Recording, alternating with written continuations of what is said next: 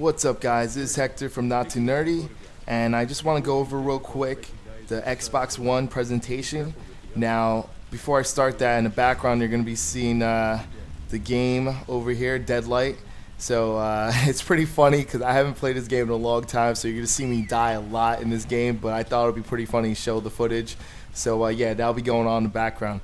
So let me get started. I took some notes for the Xbox One presentation. The first thing that they started out with Metal Gear Solid 5, the Phantom Pain.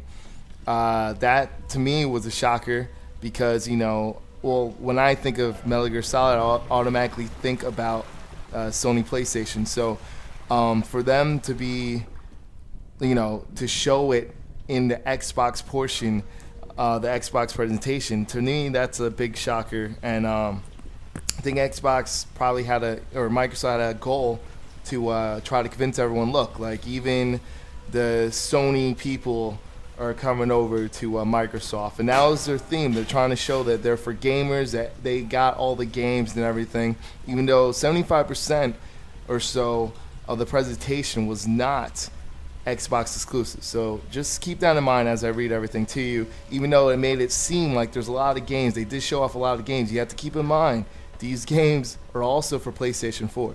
So that's very important. All right, so next thing they talk about is the Xbox 360. They have a brand new Xbox 360. It's redesigned and everything, but it's supposedly available now, and it's also the same price. So, I mean, that's great and stuff, but if you don't have a 360 by now, I'm sure it's no one's going to get it. And people that know that the new console's coming out, there's no point in getting 360 either right now. But that's it. They also said if you have Xbox Gold, you're also going to get 2 free games a month. So that's pretty cool. They mentioned Dark Souls 2 coming to Xbox 360. They talked about Max Curse of the Brotherhood, which is also coming for Xbox 360. So that's pretty cool. After that, next thing they did, they went back to the Xbox One. The first game that they talked about for Xbox One was Rise, Son of Rome. Now, this had a lot of QuickTime events, okay? I think the reason why, because originally this was supposed to be a Kinect-only game, and they knew a lot of people would not like it for Kinect, so they tried to redesign it. And I guess it was a lot easier for them to do QuickTime events, but there's a lot of QuickTime events. I mean, it does look pretty cool. It does have a lot of blood, a lot of gore. There's a lot of parts where they just showed people getting stabbed in their neck and arms getting cut off, and it really looked like a war.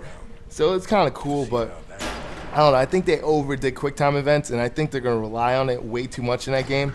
So I don't know what to expect of that game, but to me, that's not a system seller, but it is cool to have. But they said that will be available day one. So that's Rise, Son of Rome. The next game is one of the another exclusives that they announced that people were pretty much speculated. Killer Instinct.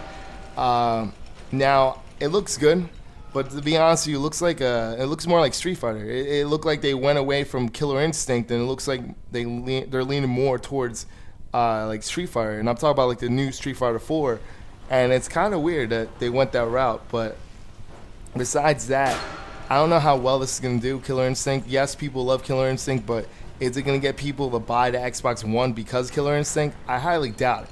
Because even the people that love, the fighting community, Xboxes aren't used as much, if at all, in tournaments and stuff like that. It's mostly PlayStation 3. And even so, a lot of people are not going to get into a fighting game that's not universal, because then you only get a chance to play it for one console, and that's it. So it's kind of weird that they're only on one console. So I guess they're trying to get the fighter community involved, but I don't know. It was a Nintendo original before, or exclusive back in the day, but I don't know. It's still pretty cool to see Killer Instinct back. So that's a plus, I guess. They had Sunset Overdrive, and it's funny because they had no gameplay for it. So it was really, I don't know. They had no gameplay for it. So that's another exclusive. All these are exclusives I mentioned so far. We got Forza Motorsport 5. It's funny because they showed some gameplay of it, and then like all of a sudden the announcer was like, here's some in-game footage, and then all of a sudden they show cinema of the game. Like I don't understand if he knows Like, maybe he's just a presenter. He doesn't understand the difference between game footage and cinema. Like, they actually did show some game footage this time, the first time they showed it. But when he actually said, here's some in-game footage, he did not show, like, game footage, which is just funny. He showed game footage before he said that. So that's beyond the point. All right, let's move along real quick. We have Quantum Break, which is Xbox exclusive. Once again, there wasn't really gameplay at all. But it looks pretty interesting. It looks like a different story, but I don't understand what it's supposed to be. They said something about it's supposed to be like a show / the game, and what you do in the game is going to react to, it's going to change the show or something like that, which is interesting. Looks pretty cool, but at the same time, there's no gameplay. Once again, this is another exclusive with no gameplay. So a lot of their exclusives does not have that much gameplay so far. So then they showed D4, which was like literally 10-second trailer, which had no gameplay whatsoever. You really don't know anything about it, so that's all I can say, the name D4. So that's pretty much it. They have Project Spark, which is voice command, use smart glass touch. Well, it uses smart glass and like your touchpad, touchscreen, sorry, I can't even talk right now. And it allows you to design different levels, and then you could go look at someone else's level into the cloud, and you could redesign their level and play the game. It's a really weird game, but interesting, It reminds me sort of like, if you look at the PlayStation side, I don't know. I was going to say it sort of looks like Little Big Planet, because the way you could design it, and then someone else could play it, or you could redesign, stuff like that. I mean, I see where they're going with that, and they're also trying to use voice command to... in the game, there's different features to use. So it's pretty cool. I mean, they did show some gameplay. I think it was gameplay. But yeah, so after that, Microsoft started talking about Xbox Live. They mentioned smart glass again. They're really emphasizing smart glass and how they're going to use it more, it seems like. They use the game DVR share with friends online. So you can share with your friends with the game DVR, the share button, which is cool. But now this is a big one. This is a big feature that I think that, is very important for them. They said instantly broadcast with Twitch TV. So everyone's excited about this. This does look like a cool feature, even though now you have more random gameplays on Twitch TV. But yeah, I mean, it's a cool feature, but at the same time, we still don't know like how much we're allowed to record, what we're allowed to record. It's probably still going to be up to the publisher to let you know if you're allowed to record a certain game, if you're not allowed to record a game, when you can record a game, what part of the game you can record, and how much footage you could put up. Maybe you're only limited to a minute, 2 minutes tops. Like, we don't know that. So yes, it does sound like a great feature, but till we know how much we can actually show, it really can't be a great feature, So there's still lots of questions that, of course, we're never going to get an answer until the game comes out, or until the console comes out. So they showed Crimson Dragon, which is pretty cool. Dead Rising 3 is a big feature that they showed that's only exclusive to Xbox. I think this is one of their biggest games. It's not the biggest exclusive game. It's an open world zombie game. We all know Dead Rising. It looks pretty cool. I think when it's all said and done, it's going to be multi-plat later on, but right now they said it's exclusive to Xbox One, so it looks pretty cool. Tons of weapons, stuff like that, the drill. The Witcher 3 Wild Hunt. Now this is some good gameplay. They showed a lot of different gameplay of it, and it looks really good. The Witcher always looked good, like the way it's designed, so this is pretty cool. It's gonna be on Xbox, but it's not Xbox exclusive. Even though they want you to believe it is, it really isn't. It's for all consoles and PC, of course. Everything that's been shown is going to be on PC mostly, except the ones that specifically says Xbox exclusive. Now, Battlefield 4, we know it's going to be in every console. It's pretty funny, though. This part is pretty funny because, once again, there's another game that would not show. It would not start at all. When the presenter is ready to go talk over and say, oh, Battlefield 4, it wouldn't start. This one was the worst one. It took seriously 4 minutes for them to get rolling with it. And there's another game, I believe it was Forza Motorsport, that did the same thing. but they had problems, technical difficulties. The video would not start. The game would not start. So, of course, the joke would be is maybe they lost connection on the video. Who knows? Maybe they had no internet connection, and maybe that's why they couldn't play the game. Maybe that's a little preview what's going to come if you have the Xbox One. You might not be able to play the game if you have no internet connection. So I thought that was pretty funny. There's also no game called Below, and it's Xbox exclusive, smaller game. Then he talked about that they have 5 gaming studios right now that they're focusing on, and I thought that's pretty cool.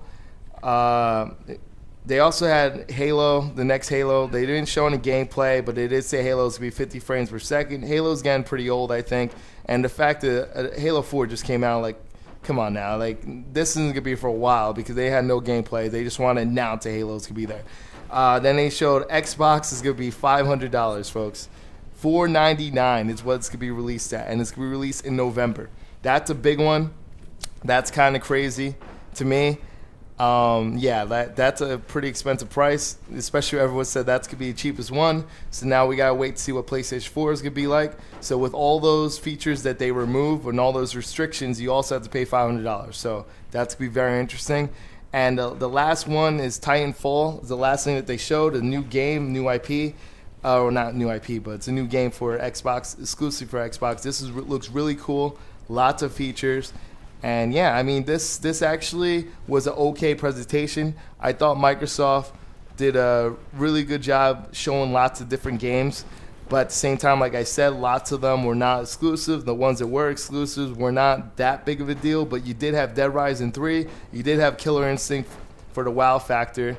Quantum Break, it could be something. I'm not too sure what it could be like till we see more footage of it. And Titanfall definitely is going to be something. Everything else that looked really good was also could be found on another console or PC. So, reality, they still did a good job overall. So I'm not going to take that away from Microsoft. I think they did what they needed to do. But at the same time, they ignored the part about talking about, what everyone wants to know about the online and use games and stuff like that. They didn't really focus on that at all. So they skipped that whole thing. So that's pretty much it. This is Hector from Not Too Nerdy. I'll see you guys later when it's time to talk about the PS4. See you, YouTube.